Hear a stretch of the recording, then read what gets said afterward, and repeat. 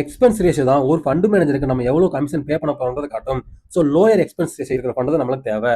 Expense ratio filter பண்றதுக்கு முன்னாடி ஒரு ஸ்மால் கேஸ் ரெடி பண்ணலாம். டோட்டலா இருக்கிற 8 மியூச்சுவல் ஃபண்ட்ல Motilal Oswal mid cap fund மட்டும் தான் ஹையஸ்ட் ரிட்டர்ன் கொடுத்திருக்கு. இந்த ஃபண்ட தவிர பேலன்ஸ் இருக்கிற ஃபண்ட் எல்லாமே வந்து 28 to 29% குள்ள தான் இருக்கு.